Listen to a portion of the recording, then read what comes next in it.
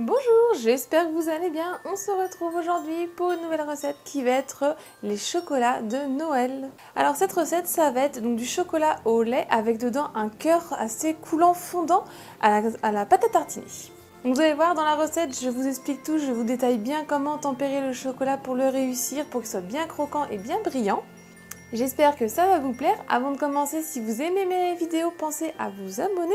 Venez aussi me rejoindre sur mes réseaux sociaux, ils sont écrits dans la barre d'infos. Et maintenant c'est parti, on commence et on se retrouve juste après. Il vous faut 300 g de chocolat de couverture au lait ou noir, 20 g de pâte à tartiner et un moule à chocolat. Je vous mets le lien de mon moule dans la barre d'infos. On va commencer par prendre une casserole avec un petit peu fond d'eau qu'on va porter à petite ébullition. On met un plat par-dessus restant à la chaleur et pas au contact de l'eau. J'y verse mon chocolat dedans et on va le faire fondre. Il ne faut pas que l'eau chaude soit au contact du plat. Une fois que c'est quasiment fondu, je vais pouvoir venir mettre mon thermomètre et le faire monter mon chocolat à 50 degrés. Une fois la température atteinte, on va pouvoir retirer notre plat de la casserole. On passe un petit coup de torchon en dessous avec l'eau chaude qu'il peut y avoir et on plonge dans un récipient d'eau bien froide. Attention, il ne faut pas de l'eau dans le chocolat. Et on va venir descendre la température à 27-28 degrés. On pense régulièrement à racler le bord du chocolat pour pas que ça durcisse. Une fois la température qui est descendue, on reprend notre plat et on va venir le remettre dans notre casserole qui est encore un petit peu chaude. Vous pouvez légèrement refaire un peu chauffer si besoin.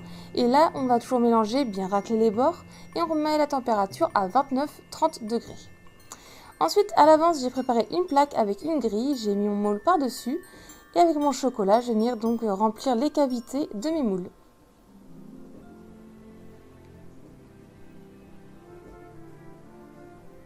Une fois tout bien rempli, je viens prendre une petite spatule et là on va venir racler tout l'excédent de chocolat qui est au-dessus.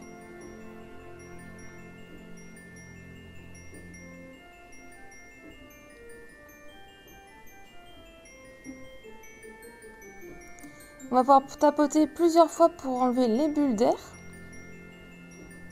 Et on retourne notre moule, on laisse l'excédent couler. Et ensuite on retourne entièrement par-dessus donc notre grille et là aussi on vient tapoter pour enlever encore l'excédent de chocolat.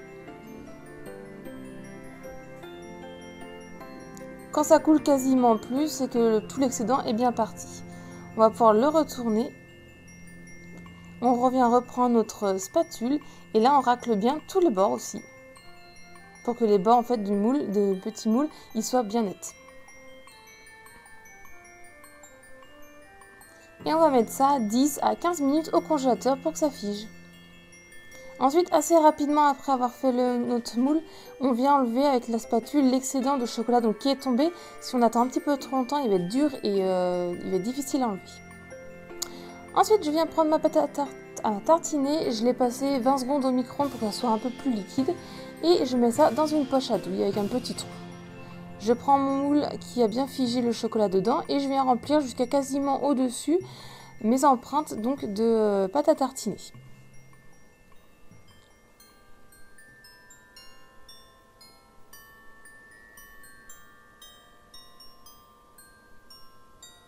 Une fois que c'est rempli, je tapote bien pour bien répartir le chocolat dans les moules et je mets 10 à 15 minutes au congélateur pour que ça fige.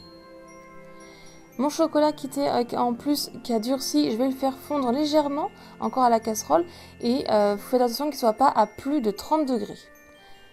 Une fois qu'il est fondu, on va pouvoir venir donc tout verser par-dessus notre moule.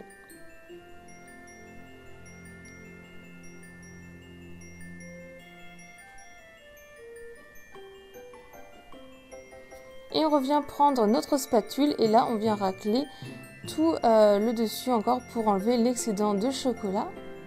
Et comme ça, elle va nous laisser une fine couche par-dessus.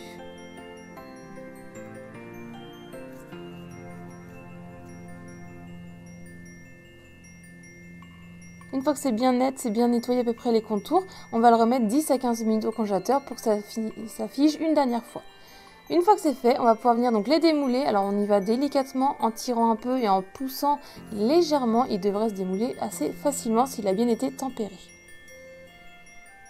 Et donc on voit la brillance du chocolat, donc il a été aussi bien tempéré. Et quand vous le mangez en bouche, il est croquant.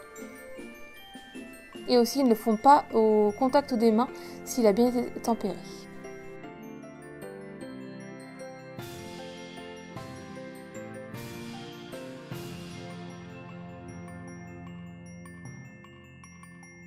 La recette est terminée, j'espère que ça vous a plu. Si c'est le cas, mettez un petit j'aime. Dites-moi en commentaire ce que vous en avez pensé. Si vous réalisez, vous pouvez me dire en commentaire votre avis. Et vous pourrez aussi après me partager vos résultats en photo sur un de mes réseaux sociaux qui est dans la barre d'infos. Si ce n'est pas encore fait, pense à t'abonner. Et moi, je vous dis à très vite. Bye!